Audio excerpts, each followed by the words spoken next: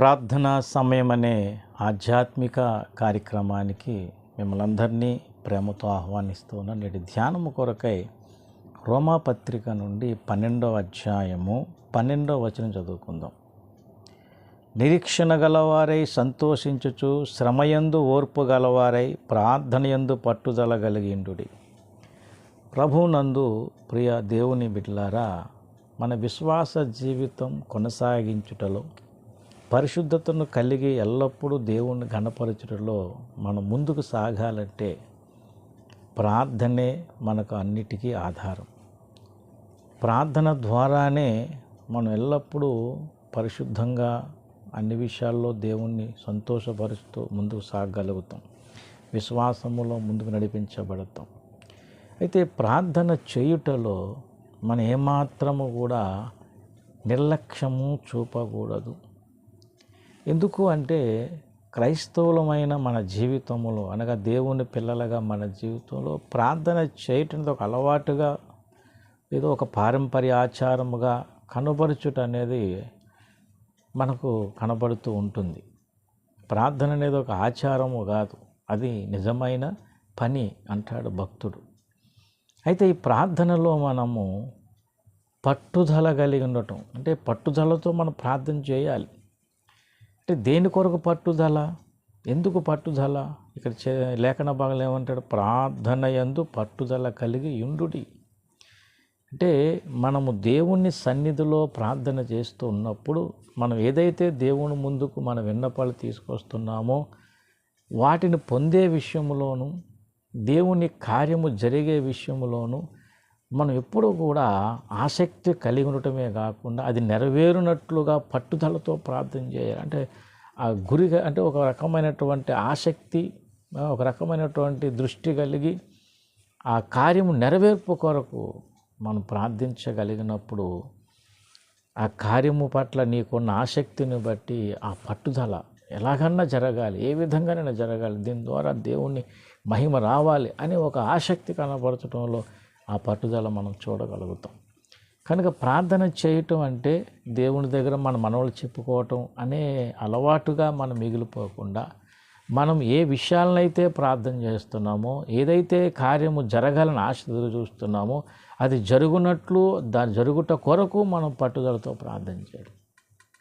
ఎప్పుడైతే పట్టుదలతో మనం ప్రార్థన చేస్తామో దేవుడు ఆ కార్యము నెరవేర్చుటకు ఆసక్తి చూపుతాడు.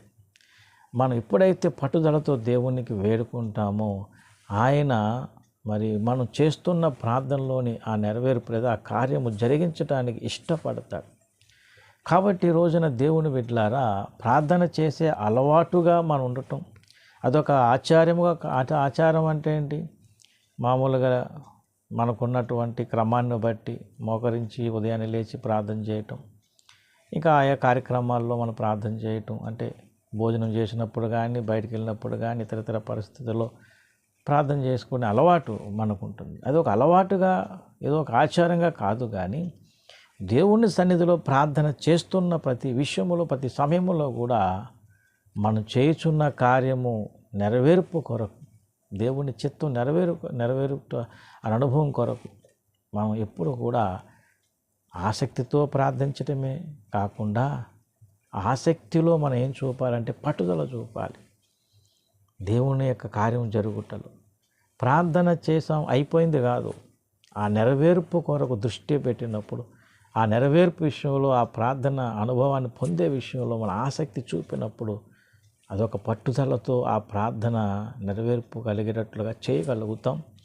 ఆ పట్టుదలతో ప్రార్థన చేసినప్పుడు దేవుడు కార్యం నెరవేర్చడానికి ఇష్టపడతాడు, ఆసక్తి చూపుతాడు.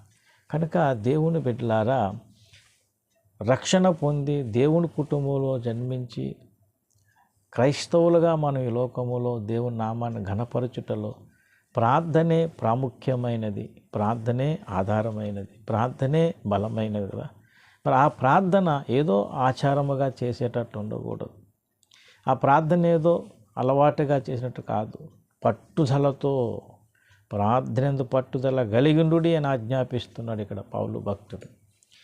కాబట్టి మనం గమనించవలసింది ఏంటంటే, ప్రార్థన చేయటం అనేది ముఖ్యమే, కానీ ఎందుకు చేస్తున్నాం, దేని కొరకు చేస్తున్నాం, ఆ కార్యం యొక్క ఉద్దేశం ఏమిటని తెలుసుకోగలిగినటువంటి వివేకం మనకు ఉండాలి. ఆ ప్రార్థన పట్ల పట్టుదల కలిగి ఉండాలి. కాబట్టి సందేశం ఉంటున్న వారు ఒకసారి ఆలోచించండి. నీ ప్రార్థన జీవితంలో, అంటే మన ప్రార్థన జీవితంలో ఒక పట్టుదల కలిగినటువంటి అనుభవం కలిగి ఉంటున్నామా? దేవుని కార్యం నెరవేర్పు కొరకు దేవుని దగ్గర పట్టుదలతో వేడుకోగలుగుతున్నామా? ఆ ఆసక్తి, ఆ దృష్టి మనం కలిగి ఉంటున్నామా? దేవుని బిడ్డలారా ఆలోచించండి. ప్రార్థన చేసాం, అయిపోయింది కాదు. ఆ ప్రార్థన మీద దృష్టి పెట్టాలి. ఆ ప్రార్థన నెరవేర్పు కొరకు కన్నీరు కార్చాలి. ఆ ప్రార్థన నెరవేరేట్టుగా గోజాడాలి, దేవుణ్ణి బతిమాలాలి. అలా పట్టుదలతో వేడుకున్నప్పుడు ఆయన ఇష్టపడతాడు కార్యం నెరవేర్చడం. మన ప్రార్థన వినటానికి ఇష్టపడతాడు. ఆసక్తితో కార్యాన్ని జరిగించడానికి ఇష్టపడతాడు. కనుక ఈ సందేశం వింటున్నవారు ఆలోచన చేయండి.